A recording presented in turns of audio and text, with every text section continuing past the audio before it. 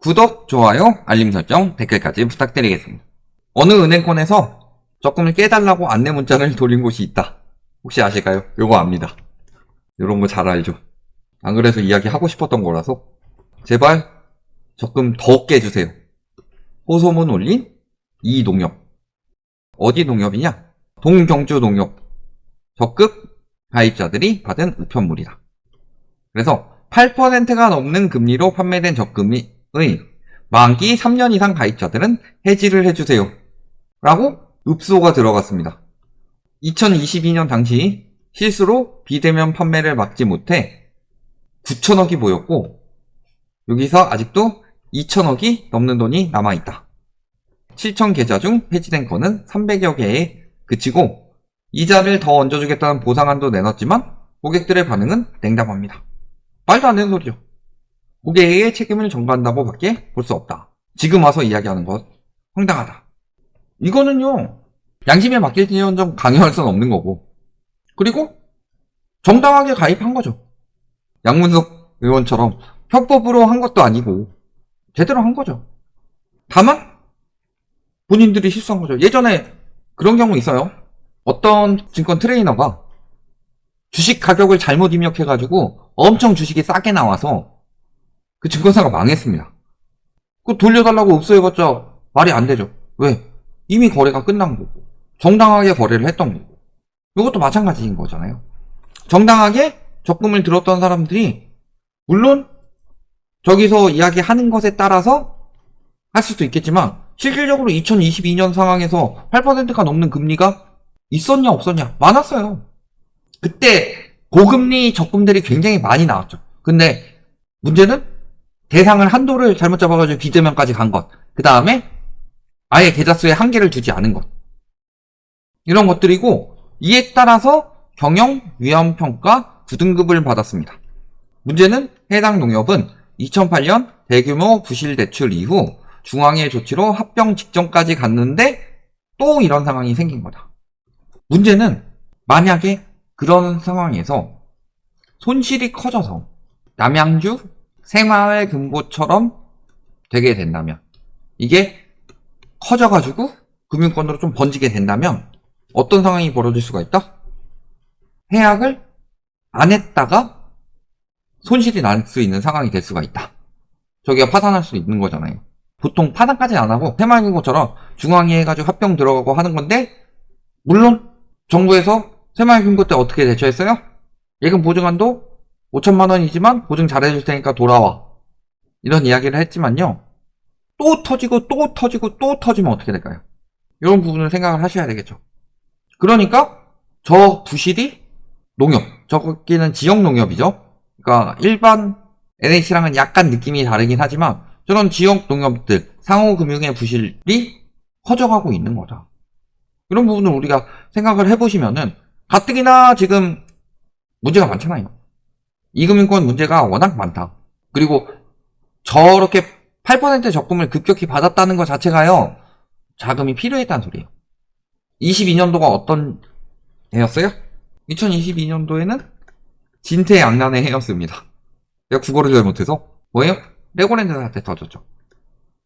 레고랜드 사태 터지면서 단기 자금이 필요한 곳들이 많아졌고 그러니까 단기 예적금, 고금리, 플러스 단기 채권, 발행 이런 것들이 많이 늘어났었죠. 그러면서 나타난 현상이에요. 이게 레고랜드 사태가 아직 끝난 게 아니다. 레고랜드 사태는 말이 좋아서 레고랜드고 얘가 트리거가 되었을 뿐이지 요 레고랜드 사태는 엄밀하게 말하면요.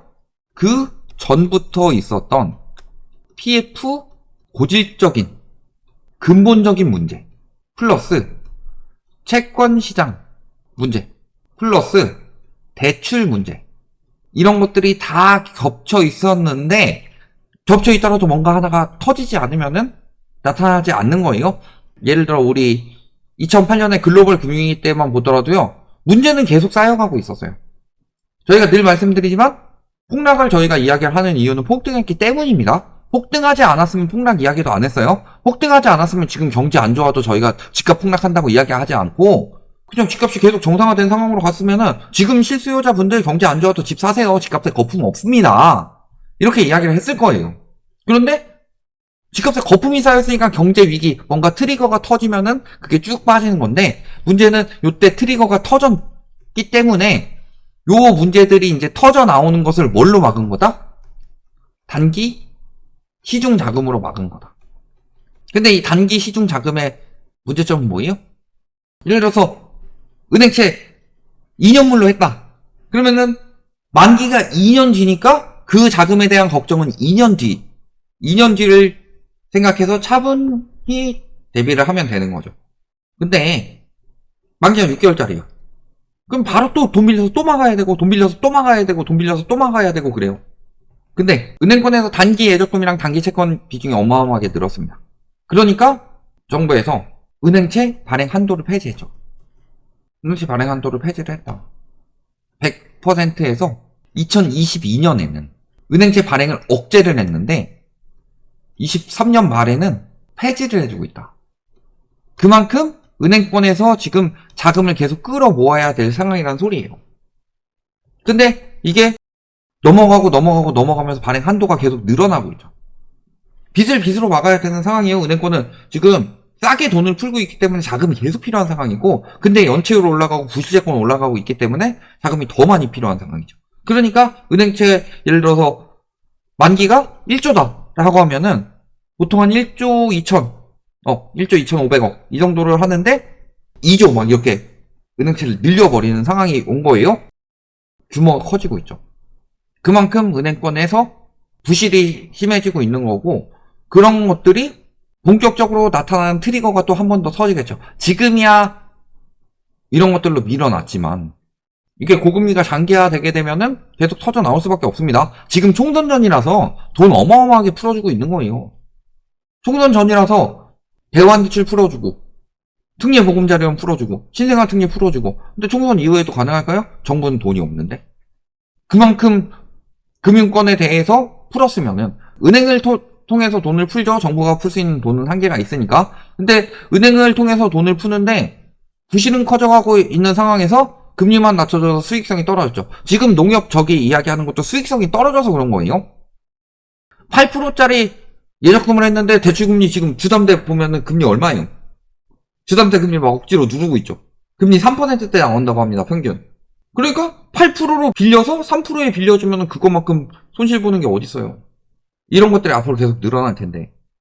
그러니까 저축은행에서 지금 뭐 하고 있어요? 대출 안 내주고 있어요.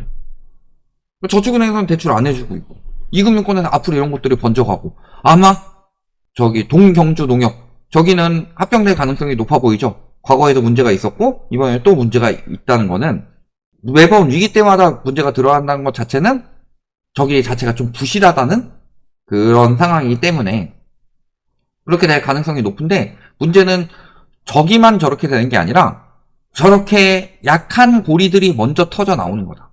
그러니까 보통은 자체적으로 책임을 지고 규모가 어느 정도 되면은 이 정도에서 딱 하고 손실 대비하고 그만큼 어디서 수익을 낼 텐데 지금은 수익을 낼 곳이 없다는 소리예요. 이게 지금 상호금융, 새마을금고, 저축은행 이런 것들이 처한 현실이고, 저축은행도 지금 합병이나 매각 많이 넘어가고 있죠. 상상인 저축은행이나 이런 것들. 그 다음에 새마을금고도 지금 9개 합병 들어가고 있죠.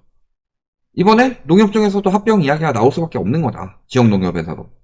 이런 식으로 이미 저축은행, 새마을금고 사태가 터지고 있는 중인 거예요. 그때도 저축은행 몇 개가 합병됐다고 해서 저축은행 사태다 바로 이야기한 게 아니라, 지나고 나니까 저게 굉장히 위험했던 거였고, 저게 저축은행 사태였구나 이렇게 느끼는 것처럼, 이미 지금은 상호금융, 새마을금고, 저축은행 사태가 2011년처럼 터지고 있는 거다. 다만 그때처럼 정리할 때 제대로 정리하지 않고 길게 늘리고 있기 때문에 연이어 터지진 않지만 위험은 커지고 있는 거고, 그 위험에 대한 것들은 지금 나타나는 게 아니라 저기도 2022년 것들이 지금 문제가 되듯이 마찬가지가 될 것이다. 이런 것들이 우후죽순 터지게 되면요, 내가 지금 8%라고 생각해서 들어갔어요?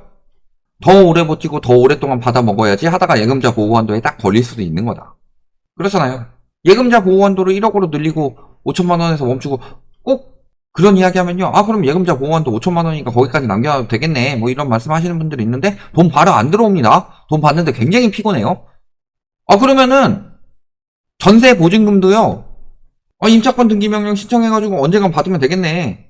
이 생각하면은 전세입자들이 불안할 게 뭐가 있어요? 그러니까 똑같은 건데, 어떤 거는 되게 불안하게 느끼고, 어떤 거는 되게 쉽게 생각하려고 하는데요. 그걸 언제 받을 줄 알고, 기약이 언제 돼요?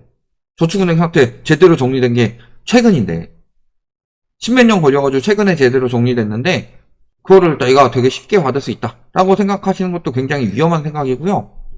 그래서 오히려 고액의 적금을 들어가지고 하신 분들이라면은 오히려 저기서 더 얹어준다고 할 때 빨리 빠져나오는 게 상책일 수도 있다.